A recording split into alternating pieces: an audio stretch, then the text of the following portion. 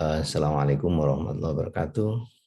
Well, dear students, we meet again in the course of curriculum development, curriculum and material development. Today's meeting is the fourth meeting. Yeah, let me go to the slide.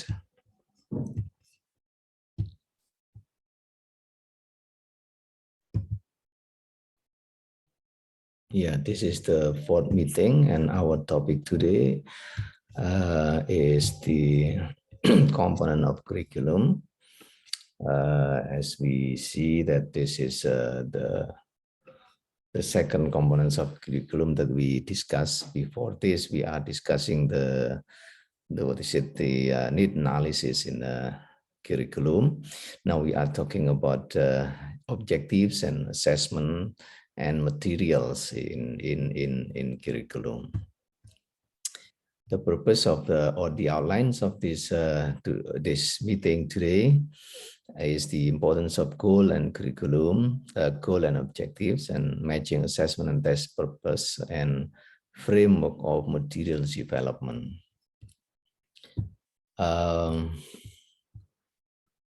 Maybe this is things that you have already recognized, things that we discussed in the initial meeting and the first and second meetings. That's about the outcomes, learning outcomes. So before we go to the very detailed, detailed things, detailed materials about curriculum, I think, or instructions, I think goal or learning outcomes is very important. Just have a look at the slides. So we have program outcomes, course goals, and learning objectives. The two first, the outcomes and the goals are the broad, the broad statements, or the intangible. Intangible cannot be seen, abstracts. They are abstract. They are, they cannot be measured. And then the very specific one is the learning objectives. And in the learning objectives, I think it is specific, it is more specific, and it is measurable. What we are going to talk is the learning objectives and the goals, the learning goals. Okay, so what is learning goals? What is learning goal and what is learning objective? Yeah, learning goal is by definition a statement that describes in broad terms what the learner will gain from instructions, and while the objectives is a statement in specific measurable terms that describes what the learner will know or be able to do as a result of instruction. So when you go to the instruction, and then first of all that you have to see is the goal of the instruction, and finally you make a kinds of specific things called objectives of the instructions. In a curriculum, I think, or syllabus, the goals are explicitly stipulated from in the curriculum or syllabus, because when the designers, the syllabus designers, is making those kinds of document, they have already decided to put the goals of the program or of the instructions. But concerning with the objectives, I think it is the teacher's job to find out or to create, because learning objective is very specific. So let me see this one. Okay, this is the big picture of the goal and objectives. I think you can have a look at the definition over there. Goals are broad, objectives are narrow. Goals are general intention, objectives are precise. Goals are intangible, objectives are tangible. Goals are abstract, objectives are concrete, and so on. So that will be the differences between the two things. Now, the next one is where do you get the learning goals and objectives? I think goals can be found in curriculum or objective or syllabus, while objectives can be created by the teachers from the indicators drawn from the goals. So in the goals, in the curriculum or in the syllabus, I think teacher can see the goals, and then usually there are so many, or there are several indicators. Indicators is things which is also measurable. From the indicators, you can create learning objectives. Since learning goals are tangible and general, it needs indicator, right? Indicators or indicator. Indicators should be measurable using operational verbs. Remember this one. This is the keyword, operational verbs. What are they? What kinds of verb are they? Later on we see from the next explanations. Will you see first? What will you see first to make your learning objectives good? See general learning domains. Learning domains, it's a kinds of things or aspects that you want your student to achieve. That's the so-called learning domains. So in this case, you have two big learnings domain. The first one is domains of learning in general. This is called general learning domains. Usually we refer to Bloom's taxonomy.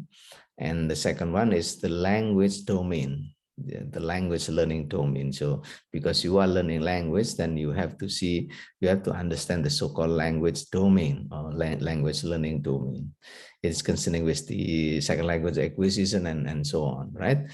Now we have language components and language skill in language learning domain. Let's go to the first domain. General instruction objectives is usually taken from the so-called Bloom's taxonomy. And Bloom's taxonomy tells you about the learning domain. This taxonomy is quite popular in the field of education. You can browse it in internet. There are so many pictures or so many what is the experience about that. And the newest theories of the Bloom taxonomy is this one, the 2001 or 2001 revisions of instructional domain. Don't be missed or don't misled to take this one. So usually if you don't know about this, usually you go to the internet and you take this one. This is the out of date out of date theory of taxonomy, Bloom taxonomy. The updated theory is this one. So from remember to create, and using verb, not using noun. The previous one is using noun, and the newest one is using verb, and the verb is called operational word, as I told you earlier in the first slides, right? Just have a look at this one. Higher order thinking skill and lower order thinking skills. This is the levels of skills that you want to provide to your students. What kinds of thinking skill do you want your student to achieve?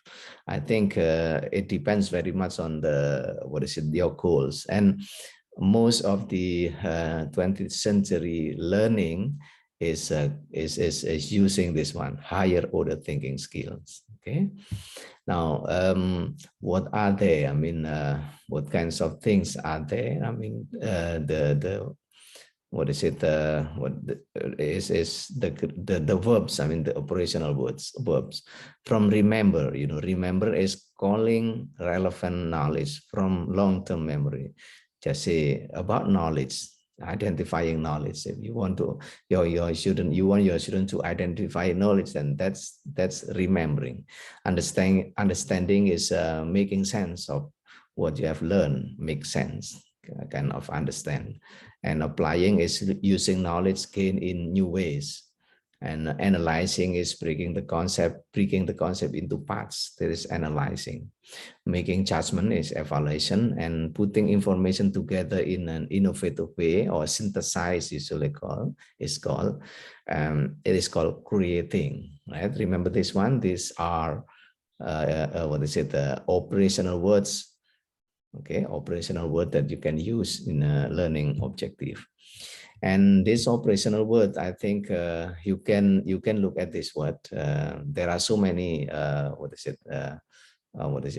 choices. You can look at this one. What kinds of words do you want to choose as your learning objective later? For example, okay, I choose adapting. Then you go to the creating. Blocking. You want your students to make a blog, so for example, then you can go to the creating. What about illustrating questions, or questioning? This is analyzing, and so on. And those are called high order thinking. I mean that are called high order thinkings are creating, evaluating, and analyzing. For applying, understanding, and remembering, I think they belongs to low order thinking. Remember that. So if you look at the learning objectives or learning goals, if they use these kinds of thing, the three first from the bottom, then it is called thinking skill is called low order thinking. But if the upper three, then you can use, this is called high order thinking. The next language instructional objectives. This is the second domain that you have to see when you want to create the instructional objective. That's language knowledge or language components and language skills. Language knowledge consists of certain things like operational, organizational knowledge, pragmatic knowledge, and then language skill are I think language skill, I think language skills are listening, reading, writing, speaking, and so on. So these kinds of aspects are called language learning domain. So when you want to learn, you want your student to learn something, just see these kinds of things and then take one or some of them, and then what do you want to achieve? If you want to achieve the pragmatic knowledge in listening, for example, then you go to this one kinds of knowledge in pragmatics, functional knowledge, sociolinguistic knowledge, and so on. Functional knowledge is like how the language is functioned to create someone, and the function of language is to interactional functions. If you want to give speech, for example, the function of language is transactional, say something or give information and so on. So it's kinds of language instructional knowledge. By having both knowledge, both domains, I think you can go to the to the instructional design or instructional objectives. If you apply this to the curriculum, I think you can see this. For example, I take this from the 2013 curriculum, and we see this one, the so-called competence standard, and then base competence. These two are goals, language or learning goals, and you can see it in a curriculum, right? And indicators are drawn from the two goals, okay? And then after you have the goals, and then you have to look at the learning objective. And how to make a learning objective is quite complicated, because you have to see the requirements in this case. Remember that there are four aspects that you have to include in your learning objectives. The first one is A, audience or the learners. B, behavior is the verb, the operational verbs that I gave you previously. And then condition is the, what is it, a kinds of circumstances under which the audience will perform the behavior, something like what is it, what do you want to use as media or as the learning process. And then the degree is the acceptable performance of the behavior, something like parameters. Okay, just have a look at this one. I applied those kinds of theory to look at the, what is it, to see the what is it, this is called lesson plans, English lesson plans. And you know this one, kompetensi dasar or base competence. I think this is the learning goal, and it is stipulated in a or it was stipulated in a curriculum. You can just take it for granted and put it in your learning objectives. And this is your learning objective, rumusan tujuan pembelajaran or learning objectives. And the learning objective consists of 3 or 4 aspects: conditions, audience, behavior, and degree. Look at this one, for example, melalui kegiatan tanya jawab and diskusi kelompok, that's the conditions, things that you have to use in class to learn. For example, go to internet, melalui internet, for example, then the students, the student is are the audience, the students are the audience, your audience. Dapat menganalisis ungkapan-ungkapan and so on. That's the behavior. What is the behavior? The behavior is the verbs that you use, operational verb that you use. How did you take where did you take the verbs? From the Bloom's taxonomy, right? And then what things? The object of the verb, the objective verb, ungkapan-ungkapan memberi dan meminta informasi. That's the materials. Things that you take from the language form or language skills and language components. As I told you, there are 2 big domains. The first one is general domains, general instructional domain, and the second one is language learning domains. The 2 domains are represented in this case as the behavior and the objects of the behavior. Something like this, right? Ungkapan memberi dan meminta informasi terkait saran dan tawaran. That's a kind of materials, the embryo of the materials that you will make in this case. Okay, right? You know this. After you know this, at least that you can create your own objectives. That's the learning. That was the learning objective. Now we go to the so-called material development framework. After you identify the learning goals in a curriculum, look at the curriculum, okay, and then you get the so-called learning objectives. It is the teacher's assignment to make, or the teacher's job, okay. And then after you get the learning objective, of course, by seeing parts of your learning objective, as I told you earlier in previous slides, you can then really make can really make the materials development or develop the materials. In this case, it is the teacher's job to design the resources, the materials, right? And after that, you get the materials from the learning objective, and the learning objectives is the indicators from the learning goals, and the learning goals are stipulated in a syllabus, and the syllabus is in a curriculum. You know, the sequence is like that. The curriculum go down the syllabus, go down to learning objective in in lesson plans, and then you have materials, and the materials, then you can go to the class and teaching, and you have the so-called assessment. Okay, right. In short, what things will you have in learning materials? Then I think you have materials and assessment in this case. Before doing or developing materials, I think you can look again.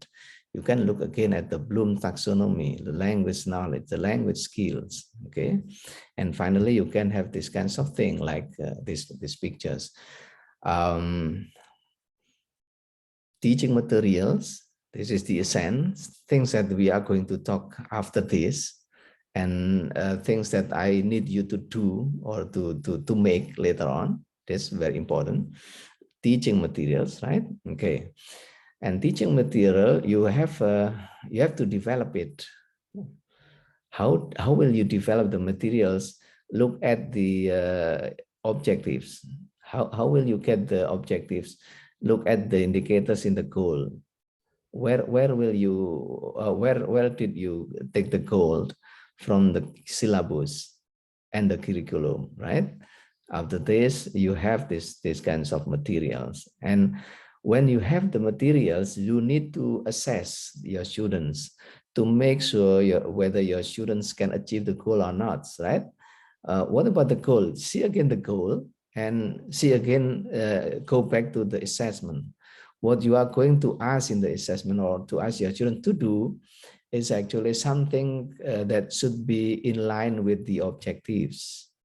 Because in this case, in assessment, you are making sure whether your objectives can be achieved correctly or not by using such materials, right?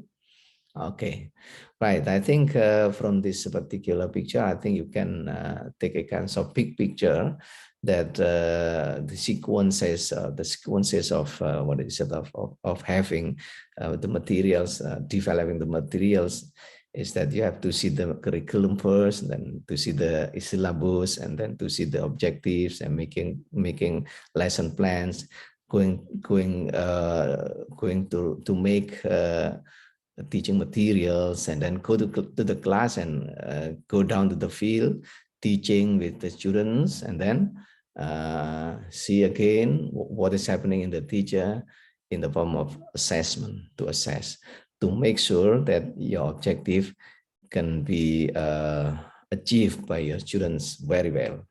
All right. Okay, you get it. Thank you very much for today's meeting. See you again in the next meeting. Assalamualaikum warahmatullahi wabarakatuh.